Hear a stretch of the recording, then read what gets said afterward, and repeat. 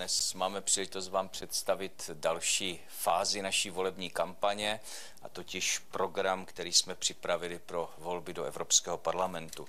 My tím navazujeme na představení naší kandidátky, našich kvalitních osobností a také na představení 3 programových priorit, se kterými jsme seznámili veřejnost na konci ledna. Připomínám také, že velmi úspěšně běží naše petice pro korunu, která má za pouhých 10 dní už více než 12 000 podpisů fyzických osob a téměř 20 000 podporovatelů na Facebooku.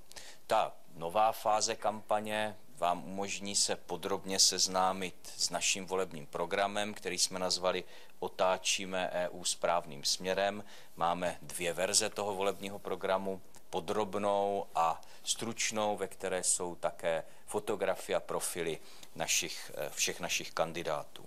Ten název Otáčíme Evropskou unii správným směrem také symbolicky vyjadřuje náš aktivní a pozitivní přístup k Evropské unii a k unijní problematice. Občanští demokraté jsou připraveni věci aktivně měnit. Věci v Evropské unii měníme nikoli ze dne na den, ale systematicky a neděláme to sami. Naše vize, naše představy o evropské integraci sdílíme a spolupracujeme na nich s mnoha spojenci v Evropské unii a také mimo ní.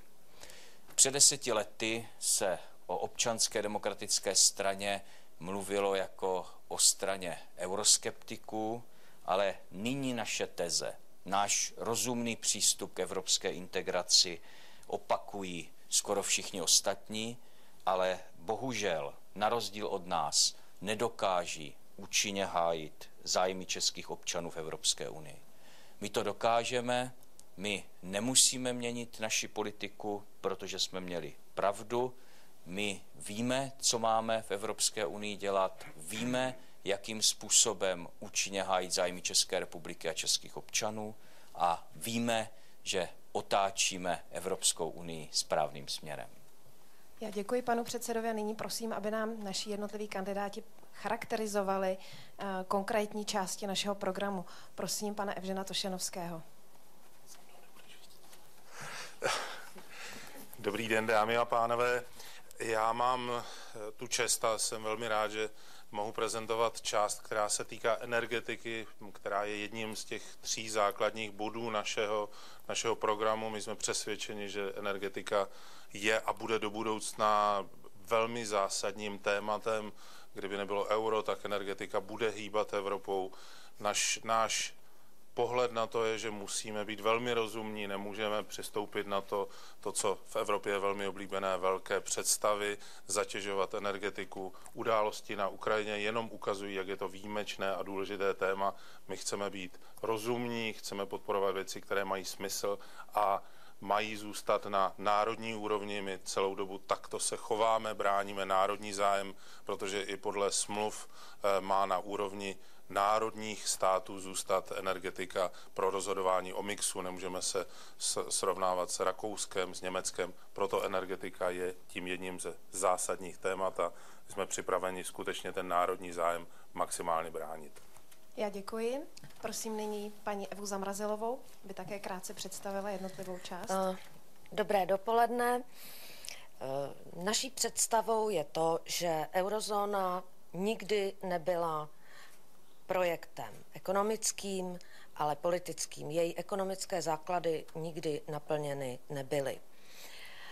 Současná krize toto obnažila zcela nemilosrdně a na udržení eurozóny dnes je placeno více a více prostředků z veřejných financí. Vznikají záchranné fondy proto, aby vůbec eurozóna mohla dále fungovat. Tyto skutečnosti v roce 2003, kdy bylo referendum ke vstupu do Evropské unie, ani v roce 2004, kdy jsme do ní vstupovali, známy nebyly.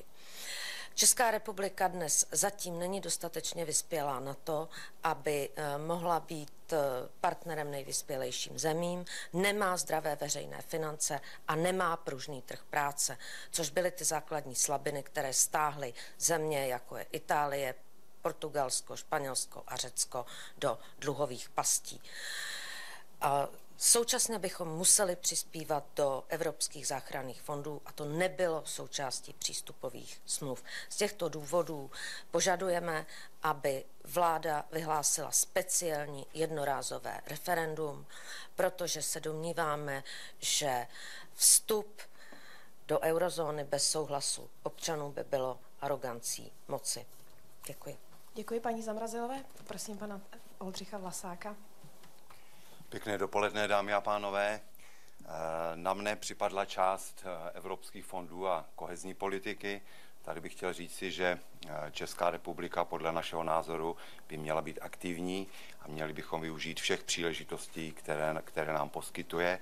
A jednou z nich jsou právě evropské fondy. Proto jsme při vyjednávání o víceletém finančním rámci se snažili získat co nejvíce peněz pro Českou republiku. Mimochodem je to 5. největší alokace v Evropě na osobu. Chceme maximálně zjednodušit celý systém, protože to, co fondy provází, je právě přebujelá administrativa a byrokracie. Chceme, aby peníze hlavně šly do životního prostředí, do dopravy, samozřejmě do podpory podnikání a také do zdravotnictví. Myslíme si, že velká část by měla jít právě do projektů obcí, měst a krajů, projektů veřejné správy ve veřejném zájmu. Chceme omezit část podpory pro soukromé projekty, protože to samozřejmě každá dotace narušuje hospodářskou soutěž a my chceme, aby ten trh byl férový jako takový. Proto chceme jednotné metodické prostředí, což se zatím daří. Chceme jednotný informační systém s tím, že v každém kraji bude jedno kontaktní informační místo, kde se dostanou veškeré informace a chceme sjednotit kontrolu a samozřejmě ji příjemně omezit. To je asi tak všechno. Děkuji. Já děkuji panu Vlasákovi a o závěrečné slovo poprosím lídra kandidátky, pana Jana Zahradila. Děkuji, dámy a pánové. Já navážu na kolegu Vlasáka a budu také hovořit o takzvaných evropských penězích v trochu jiném světle. Jsou politici a jsou politické strany, které propagují neustálé navyšování, nafukování evropského rozpočtu. My k nim nepatříme. Nepatříme k nim proto, že víme, že v evropském rozpočtu lze hledat úspory, že lze s těmi penězi zacházet efektivně a domníváme se, že právě Evropský parlament by měl jít příkladem v takovém šetření a že by měl ve svém vlastním rozpočtu umět ty úspory nalézt. Proto každý rok poslanecký klub ODS v Evropském parlamentu předkládal úsporné pozměňovací návrhy k rozpočtu ve výši 300 až 400 milionů euro ročně. Dodávám, že tyto návrhy nikdy nebyly schváleny, protože jak evropští lidovci, tak evropští socialisté se vždy stavěli proti tomu.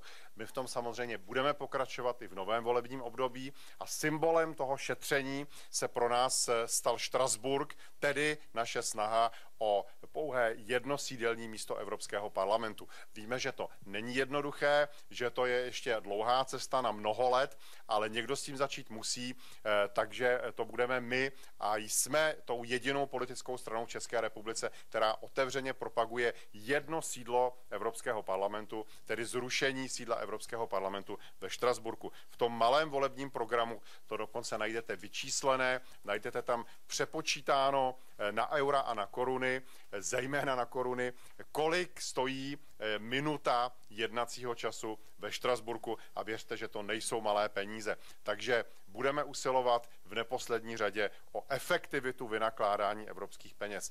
A jenom připomínám na samotný závěr, že ten volební program je k dispozici ve 2 verzích. Toto je ta obsažnější, delší, podrobnější. Tato určená především pro voliče k rozdávání na různých veřejných mítincích a při kontaktní kampani. V ní je to všechno popsáno a jsou tam i různé zajímavé grafy, takže ten volební program mohu jenom každému doporučit.